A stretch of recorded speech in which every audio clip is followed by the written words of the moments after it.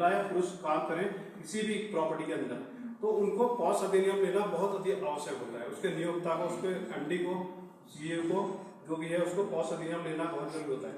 तो उस महिला के ऊपर यह है कभी कोई ऐसे शारीरिक रूप से या आर्थिक रूप से या कोई भी ऐसा शोषण अगर कोई एम्प्लॉय के द्वारा करेगा, वो क्या कर सकती है, तो उसमें वो सीधे शारीरिक रूप से कोई शोषण हो गया उसका, आर्थिक रूप से आर्थिक रूप से हो गया, यौन शोषण हो गया उसका, सिंपली भाषा में कहना चाहिए। या इसके अलावा जो है उसको कभी ऐसा कोई प्रॉब्लम आती है, जैसे उसको सैलरी जो है पुरुष को ज्यादा मिल रही है, महिलाओं को कम मिल रही है उसके हिसाब से, तो वो सब कुछ उस तरीके के उसके महिलाओं के अपने अधिकार होते हैं। तो पॉस अधिनियम के तहत कोई भी ऐसी है, उसी कार्यस्थल में एक कमेटी बन जाती है, इसको लोकल कमेटी कहते हैं। उस लोकल कमेटी में वो सबसे पहले अपनी शिकायत दर्ज करेगी।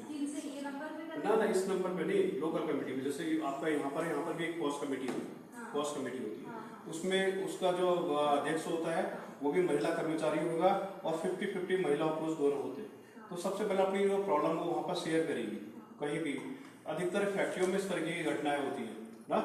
तो पॉस अधिनियम, जैसे आपने निर्भया कांड देखा था, बच्चों के ऊपर उत्पीड़न करते थे, तो पॉस अधिनियम एक भौरी देवी थी जो आपने यूट्यूब में देखा होगा। भौरी देवी जो राजस्थान की एक महिला थी, सामाजिक कार्यकर्ता, जब उसके ऊपर जो ये विशाखा गाइडलाइन के कोई जो इम्प्रूव करने के बाद ये लास्ट में पॉस अधिनियम बना, ये महिलाओं के हित में ही बना।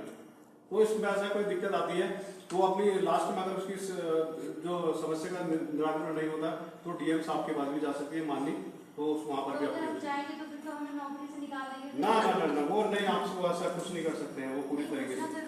बिल्कुल नहीं, नौकरी से नहीं वो सर देखो, जैसे आपने कंप्लेंट कर दी, मान लो जैसे आपने एक थाने में कंप्लेंट कर दी, अब कंप्लेंट कर दी, अब नौकरी से तो निकाल देगा ना ऑर्गेनाइजेशन, बोलेगा वो नहीं निकाल सकता जब तक कि आपका केस दायर होगा ना, नहीं निकाल सकता। वो आपको पूरी बेनिफिट देगा सरकारी रोड पे, जितना भी आपका बेसिक होगा, सीटीसी आपका जितना भी होगा उसके हिसाब से। परमानेंट नहीं किया होगा तो जैसे हम कैजुअल है, मतलब अभी हमें परमानेंट नहीं किया हुआ है, ठीक है, हम कैजुअल है, अब हमें निकाल देगा तो फिर उसका जो अभी आपकी सैलरी होगी पूरी तरीके से आपका देगा, पूरी तरीके से जो सब कुछ करेगा। कैजुअल भी रहेगी तब भी, कैजुअल भी रहेगा तो पूरी तरीके से।